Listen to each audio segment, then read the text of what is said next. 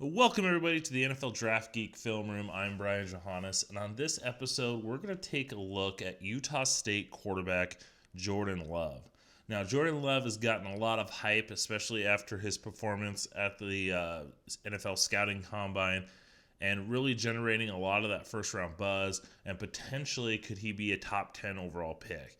So what we're going to do is, I've already done a film room session on Jordan Love, and I did that for their early season game against Wake Forest. But what I wanted to do here is I wanted to do something different. I'm going to take a look at his game against BYU, LSU, Kent State, and still go back to that Wake Forest game to kind of look at the positives and the negatives of Jordan Love's game. I like Jordan Love a lot as a prospect, but there's a couple things that really scare me off of going completely all in on him. So let's go ahead, let's break down the tape.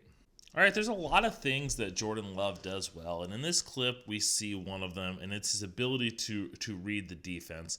He's going to take a look to his right, take a look to his center, and then go all the way to his left to find this receiver open, showing his ability not only to read the field, read the coverage, but to go from one progression to the next. We see it again in this game against Wake Forest as he's able to look off the safety. He wants to hit this receiver curling into this route, but he needs this safety not to be hanging out over here. So he looks to his right, manipulates that safety, gets him moving over here, and then he's able to quickly snap around as this wide receiver is breaking down to hit that pass right there and get the first down. So you see once again, getting this safety to bite, flips around, gives this guy more room, able to go off and get either, right at the sticks. Here against LSU, he wants to hit this slant route, but he needs this linebacker not to flow out. So what he's going to do is he's going to stare him down or just look just to the left just enough, hit that slant route. The linebacker was fast enough. That's Patrick Queen out there. But just this look, okay? Just that quick look freezes the linebacker enough that when he comes back, he's not quite there to make that the play on the ball. Not only is Jordan Love shows that ability to read and manipulate the defense, but he is also an accurate thrower in the short to intermediate routes. He's going to hit this receiver on a route to the hashes, and he's going to have to split two defenders to do that. So as we see right here, you got defender. He's able to fit that ball in between them to his receiver for a nice chunk gain. We see it again here against Wake Forest. He's going to throw a ball out to the sideline, and he's able to put it on a line and put it right in the perfect spot so this defender can't go get it, the cornerback can't make a play on it, and his receiver is able to make a catch along the sideline. Just going good velocity, good ball placement. And on this play against Wake Forest, once again, he's able to move on the run and throw with good accuracy, good ball placement, putting it right where his receiver can go get it, once again, in between defenders. Against LSU's athletic defense, he shows that ability over the middle, putting the ball great place, hitting this receiver. If he holds on to this ball, it's a touchdown. Hey, he's able to hit him on stride. He's able to get the ball in a good position. I don't know if this wide receiver thought that the safety was coming down or he saw the green space, whatever it may be, just took his eye off the ball, but puts it in a perfect spot for him to go in and make that touchdown if he would have held on. And lastly, Jordan Love does show the ability to throw with touch and timing. He's going to throw a hook route to this outside receiver, and he makes this throw right when the guy's making his cut. So as it's kind of have to go in slow-mo, but look where the ball's he's starting his throwing motion right there. This wide receiver is just starting to break down. Right? Even with this cornerback playing back, he has no play on this ball.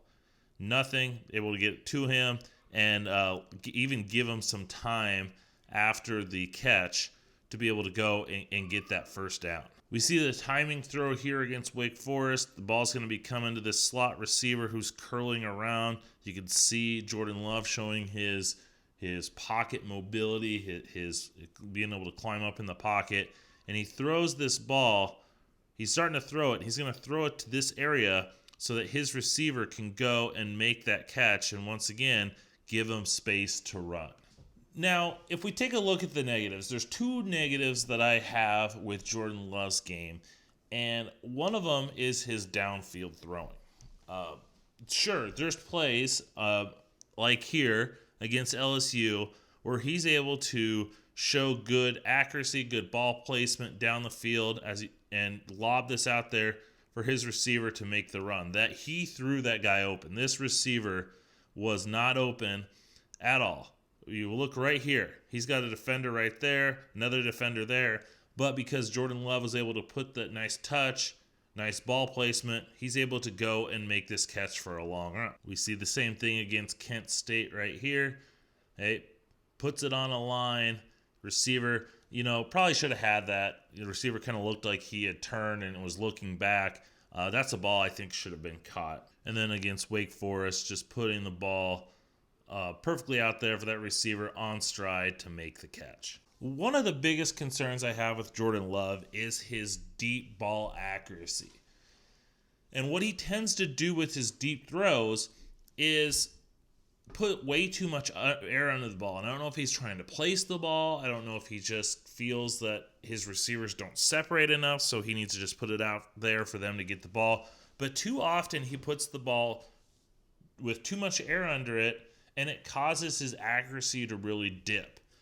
When he, sometimes it'll go long, sometimes it'll go short, and there's way too much air under it. And you saw with those first couple clips that I showed you, those passes were more successful when he put the air, he didn't have as much air in him, and he kind of drove the ball a little bit better. So I don't know if it was a scheme thing that he did. I know people say, hey, go back and watch his redshirt sophomore tape from 2008. That was much better tape, but in that game I saw against Michigan State, he did the same thing, and that was one of the biggest concerns I had with him coming into the season, and I wanted to see him improve, and if anything, it just was more evident as we went. And I know he got hyped up at the combine, but all the throws that you really saw them highlight were those short to intermediate throws. They didn't show him having to drive the ball down the field, and I think that's one of the biggest concerns I have for him. Overall, I like Jordan Love as a prospect. The thing about him is not only does he have a high floor, just because I think at a minimum, his short to intermediate accuracy, his athletic ability, he reminds me a lot of Alex Smith. And Alex Smith has had a very good career in the NFL so far. But not only does he have that high floor, he also has a high ceiling too. If he's able to fix his deep ball accuracy and instead of putting way too much air under it to actually drive it, because he's got a strong arm, the ball can jump off his arm. If he's able to fix that deep ball accuracy, that unloads his playmaking ability. But it's the interceptions that need to get curtailed. Can he get back to not throwing those interceptions like he did during his redshirt sophomore and redshirt freshman year in 2017 and 2018? He had a lot of picks in 2019, and as I showed you, a lot of those were on those underneath defenders where he just didn't see them. So can he fix that? I've seen some Patrick Mahomes comparisons, and I can kind of get it. The way he moves in the pocket, he kind of has a freelance style to his game. He's got some arm talent. As I mentioned, I don't see that just because Patrick Mahomes had unreal arm talent. He had the improvisation skills, and he didn't have trouble with those deep passes.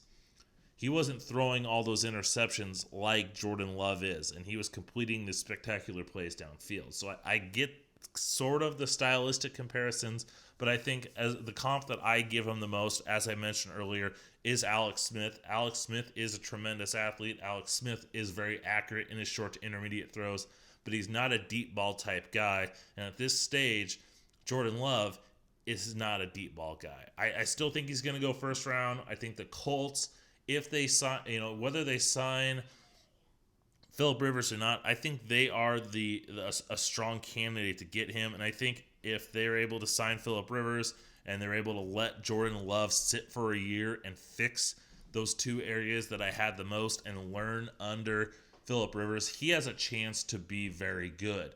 And maybe he has, not to Mahomes' level, but Mahomes had to sit for a whole year and fix some of the minor things that he had to work on. It wouldn't shock me if Jordan Love went in the top 10. Maybe the Colts are really wanting him and get a little aggressive moving up. What if Tua Tagovailoa does go number 2 overall to the Redskins, and the Dolphins take Herbert, and the Chargers are sitting there needing a quarterback? Do they take Jordan Love? And that's a possibility, and so that's why I could see him maybe being the 6th overall pick.